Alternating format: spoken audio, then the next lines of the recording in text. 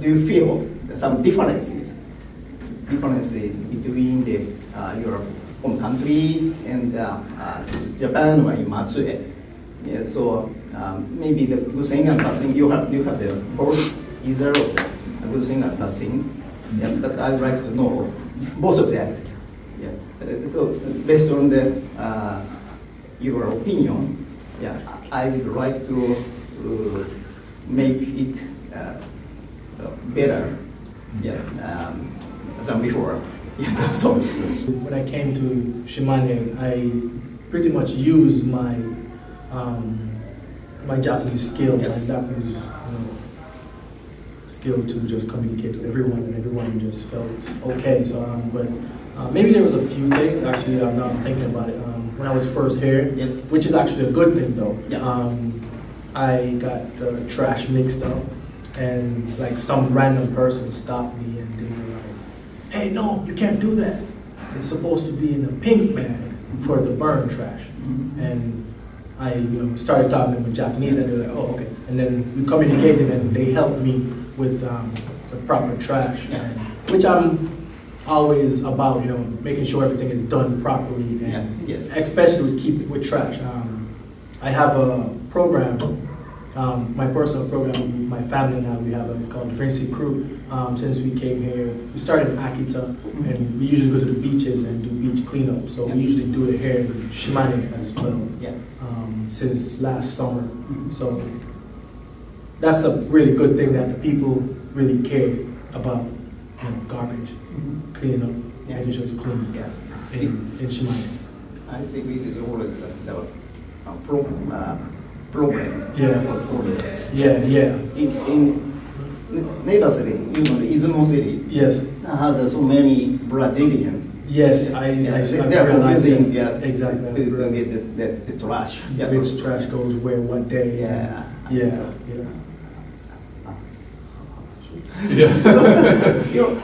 I'd say the good thing first is just how kind everyone has been.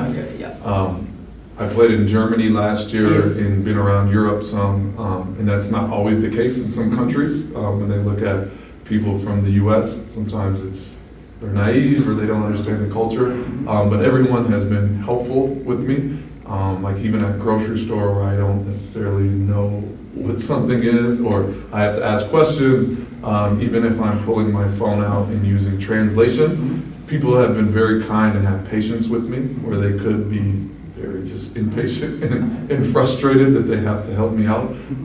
So that's one good thing, is that everyone has been very kind and helpful since I've been here. I haven't had a situation where someone has treated me as though I was ignorant or didn't understand because I'm new to the culture. This is my first time in Japan. Because of COVID, it's tough for me to say more good things, because if it wasn't because of the restrictions, I'd be out in more restaurants and going out and meeting more people and experiencing the culture. But because of the virus, it's been tough to get out and do those things. So I guess the one good thing is everyone's been accepting and kind. I'd say the bad thing, or the thing that's been more difficult, is obviously it's a smaller city, so it's not as internationalized like you said. So just even signs in English or things that I'm accustomed to having in the U.S.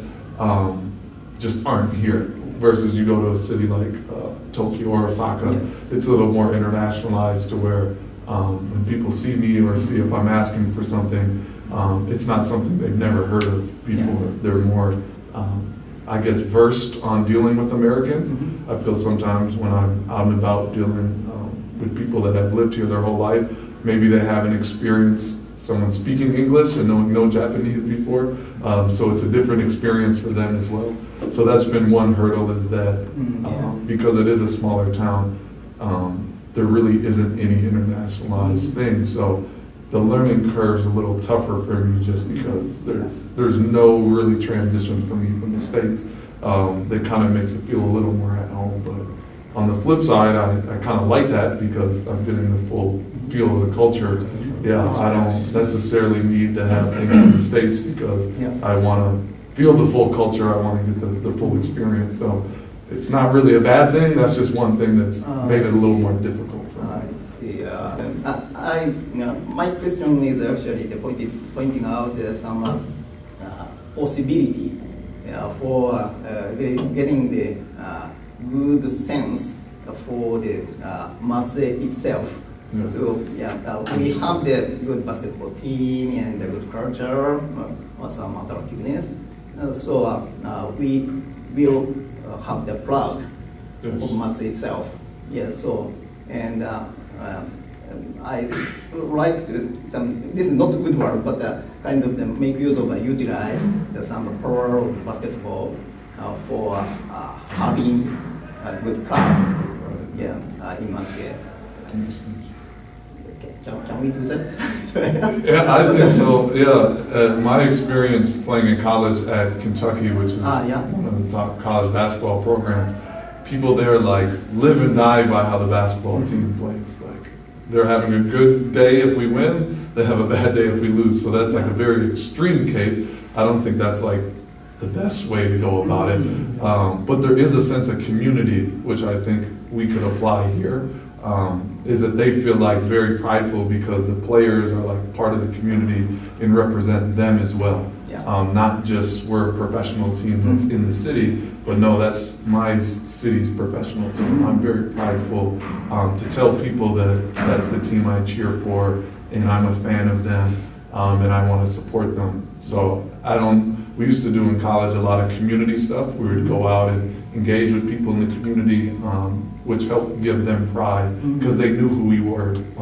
If you know my story, you know who I am, that I'm a good guy, or that Nika's a great guy, and who he is as a person. It's easier to feel pride about him, cheer for him, and be more enthusiastic about the games than just number 28 and number 8. You know, so maybe that's a bit of the team has to be involved as well, getting more in the community, introducing us to people, getting to know the fans, getting to know people, because like you said, it is a local town, which I think is a good advantage. Like other teams that are in big cities, maybe they can't get out and talk to thousands and thousands of boosters if you're from Tokyo or Osaka, but here we have the luxury of we can have more of a personal experience because there's not so many people. Yeah. We could probably affect more change in that way. So I'd say that's one thing, is just getting the players out in the community so we can get to know the boosters more personally.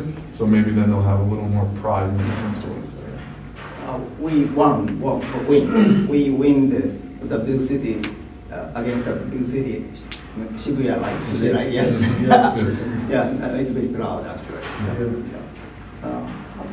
Because you were in Akita, right? Yes. Yes. So compared with Akita, how is this Matsuei booster? Is it different? It's very different.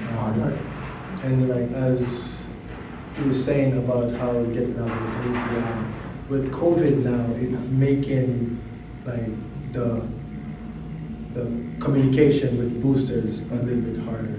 But on my previous teams, 8 years that I've been playing here in Japan, we would do that stuff like a lot. And Akita, when I was there last 2 years, we did that a lot.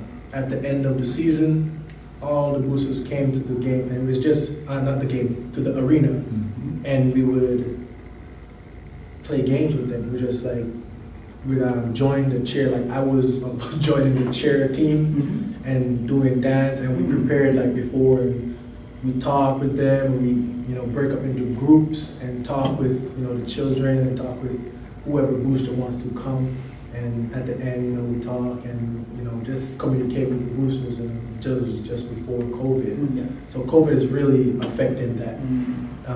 But Akita has been so good at doing that that they call them the Crazy Pink, because they created that both cities are very kind of like small, but Akita has done it for years, since 2011. And their fans are just crazy. They call them crazy. And they scream. Yeah, everybody's pink out. Everybody's in pink. Comes to games.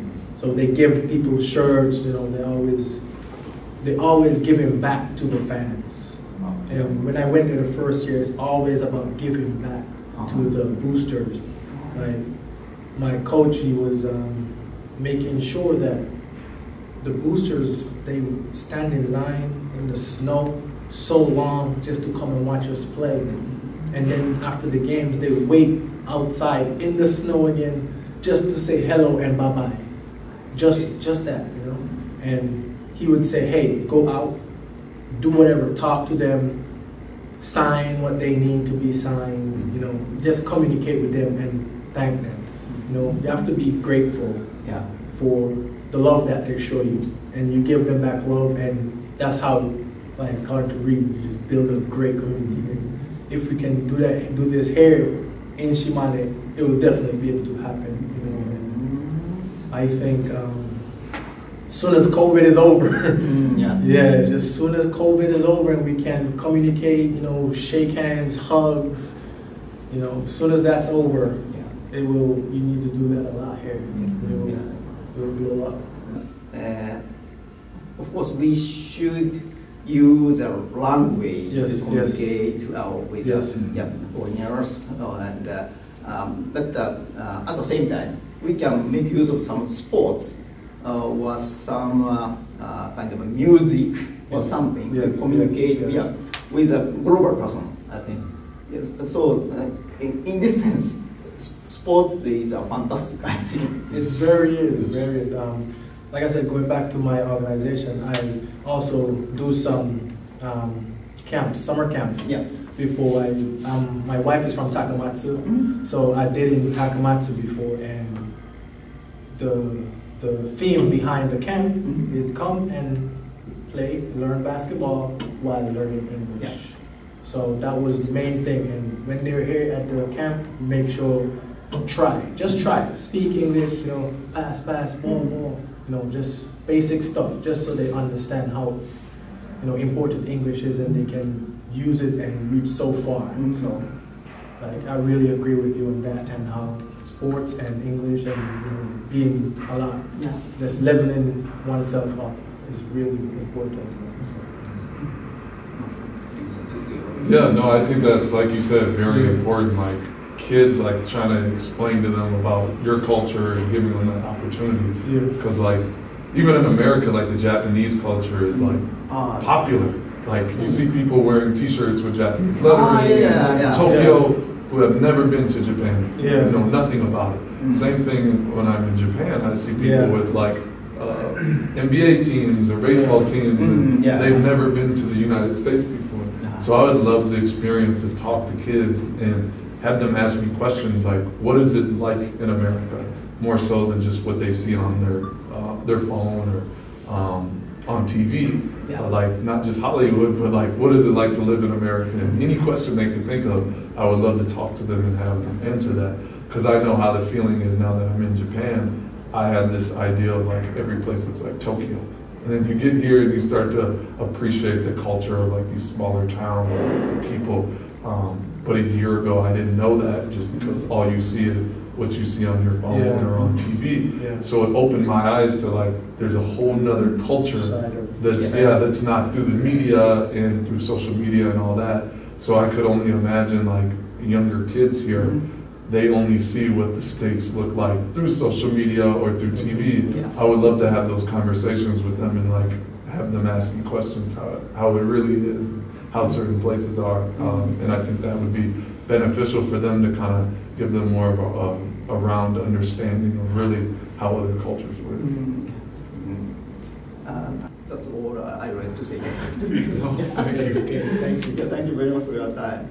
Thank you. Thank you very much.